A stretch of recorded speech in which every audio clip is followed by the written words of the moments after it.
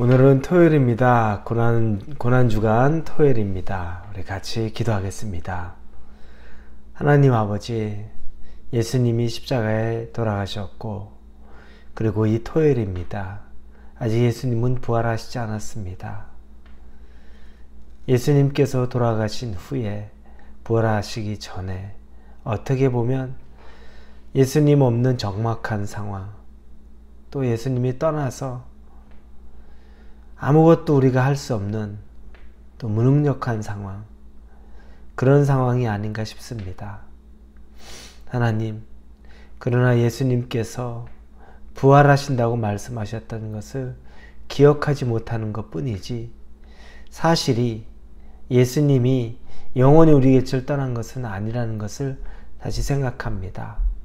이 아침에 하나님이 우리에게 말씀을 주실 때 혹시나 예수님이 없는 것 같은 절망 가운데 있는 성도들 가운데 하나님께서 여전히 예수님은 살아계시고 우리와 성령으로 함께 계신다는 것을 믿을 수 있는 믿음 있게 하여 주옵소서. 예수님의 이름으로 기도합니다. 아멘. 오늘 말씀은 요한복음 20장입니다. 요한복음 20장 11절에서 18절까지의 말씀입니다. 요한복음 20장 11절에서 18절입니다. 찾으셨으면 우리 요한복음 20장 11절부터 읽겠습니다. 마리아는 무덤 밖에 서서 울고 있더니 울면서 구부려 무덤 안을 들여다보니 흰옷 입은 두 천사가 예수의 시체 뉘었던 곳에 하나는 머리편에 하나는 발편에 앉았더라. 천사들이 이르되 여자여 어찌하여 오느냐 이르되 사람들이 내 주님을 옮겨다가 어디 두었는지 내가 알지 못함이니이다.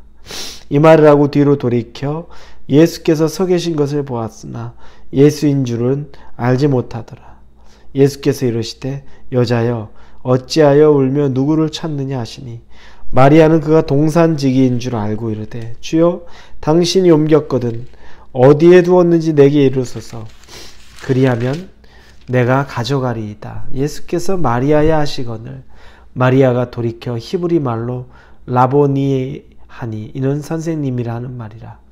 예수께서 이르시되 나를 붙들지 말라. 내가 아직 아버지께로 올라가지 아니하였노라.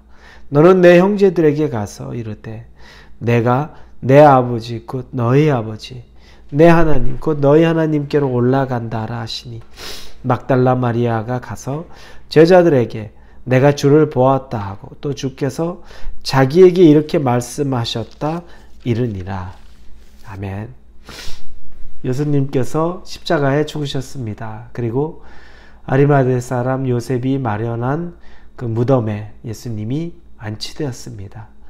그런데 막달라 마리아라는 사람이 오늘 우리가 읽지는 않았지만 20장 1절에 보니까 그 예수님의 무덤으로 찾아옵니다. 그때는 안식 후 첫날이라고 말합니다. 안식 후 첫날, 이때는 우리로 말하면 안식일, 유대인의 안식일은 금요일 저녁부터 토요일까지입니다. 그리고 안식 후 첫날이면 바로 주일이, 우리로 말하는 주일이 되는 거죠. 이 주일에 이 여인이 이제 나타난 겁니다. 무덤에 왔는데 그가 무덤에 온 이유는 향품을 가지고 무덤으로 온 것이었습니다. 그래서 와서 무덤가에 보니까 무덤의 문이, 이 돌 문이 열려져 있었습니다. 그래서 놀라서 그 문이 열려진 것 틈으로 그 안을 들여다보니 예수님의 시체가 없어진 겁니다. 세마포와 그리고 머리에 둘렀던 수건이 가지런히 놓여 있는 채 예수님의 시체만 사라진 것을 발견합니다. 그래서 베드로와 요한에게 달려가서 예수님의 시체가 없어졌다고 말하고, 그리고 베드로와 요한이 달려와서 보니 정말로 사라진 것을 보게 됩니다. 그래서 그 둘은 바로 다시 집으로 돌아갑니다.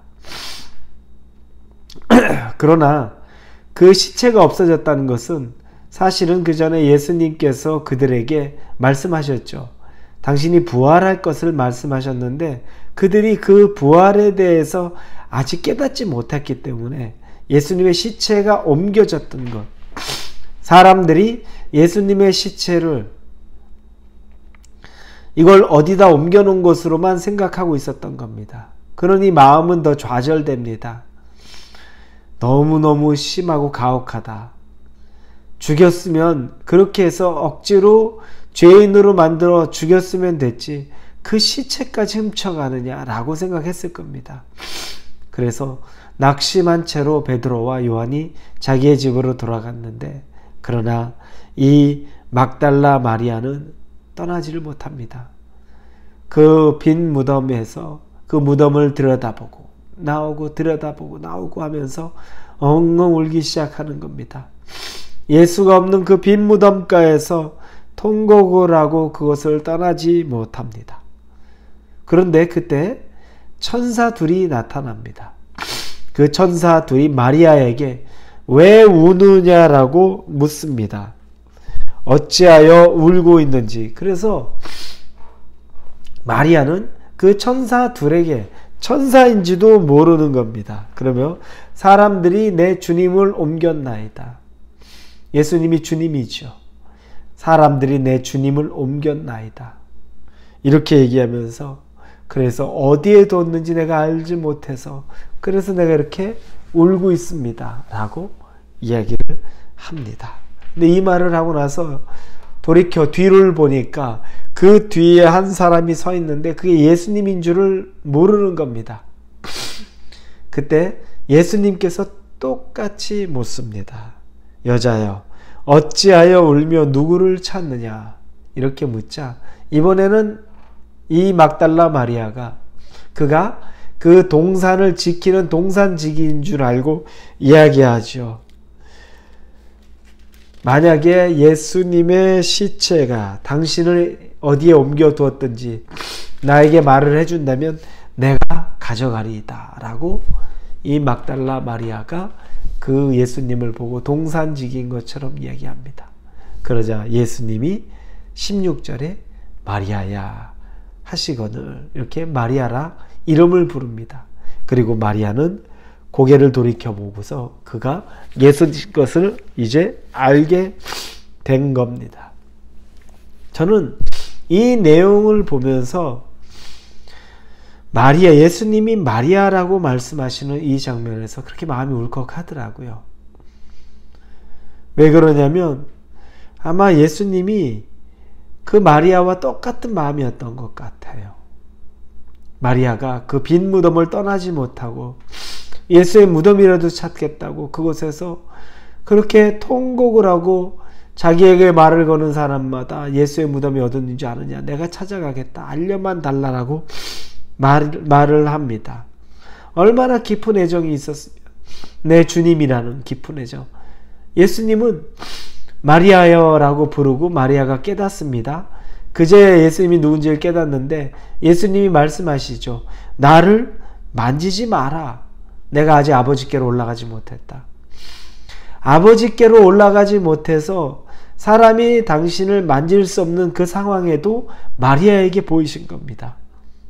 그만큼 마리아가 애절하게 예수님을 찾고 울고 있는 모습을 예수님은 지나칠 수가 없었던 겁니다. 그래서 처음으로 보여진 것이 바로 마리아입니다. 베드로와 요한도 예수님을 못 봤죠. 우리의 순리대로라면 그들이 먼저 예수님을 봐야 맞겠죠. 예수님도 그들에게 먼저 나타나야 맞겠죠. 그런데 처음 보여진 게 그들이 아닙니다. 이 막달라 마리아가 봅니다. 그것도 예수님이 하나님 나라에 다시 올라갈 수 있는 그 상황이 아직 아님에도 불구하고 마리아에게 보여집니다. 그녀가 얼마나 예수님을 간절하게 그 시체라도 찾고 싶어 했는지 그걸 보면서 예수님이 마리아여 하면서 나타나서 그와 대면하시는 장면을 봅니다. 여러분, 무덤에 있는 죽은 시체와 같은 예수님을 향한 사랑에 막달라 마리아는 그 어떤 사람보다 먼저 예수님을 만나게 됩니다. 예수님은 여전히 살아계시고 당신을 찾고 찾는 자들에게 만나주시는 분이심을 여러분 믿으시기 바랍니다. 아직 부활하셔서 하나님 예수님께로 올라가지 못한 완전하지 못한 상태라고 할지라도 얼마나 간절히 찾는지 그 간절히 찾는 사람에게 드러내시고 나타나시는 예수님을 보면서 그분이 우리의 간절함을 볼 땐 언제 어디서든지 우리에게 응답하시고 우리에게 찾아오실 것이라는 것을 확신하게 됩니다. 사랑하는 우리 성도 여러분, 이 고난주를 오늘 토요일로 마무리합니다. 예수 그리스도의 고난과 십자가의 죽음과 그리고 이제 내일이면 우리가 부활을 맞이하게 되는데 우리가 단 하나 기억할 건 어떠한 것이라도 예수님에 대한 간절함은 여러분의 삶에 평생에 그 간절함이 사라지지 않기를 예수님의 이름으로 축원합니다. 기도합니다. 막달라 마리아의 간절함으로 예수님이 부활하셔서 아직 이 몸이 사람에게 보일 수 없을 것 같은데도 불구하고 그 마리아에게 마리아여라고 말하며 나타내 주십니다. 간절히 찾는 사람에게 나타나시는 예수님을 보고 소망을 얻습니다. 우리에게도 그 간절함이 있게 하여 주옵소서. 예수님의 이름으로 기도합니다. 아멘.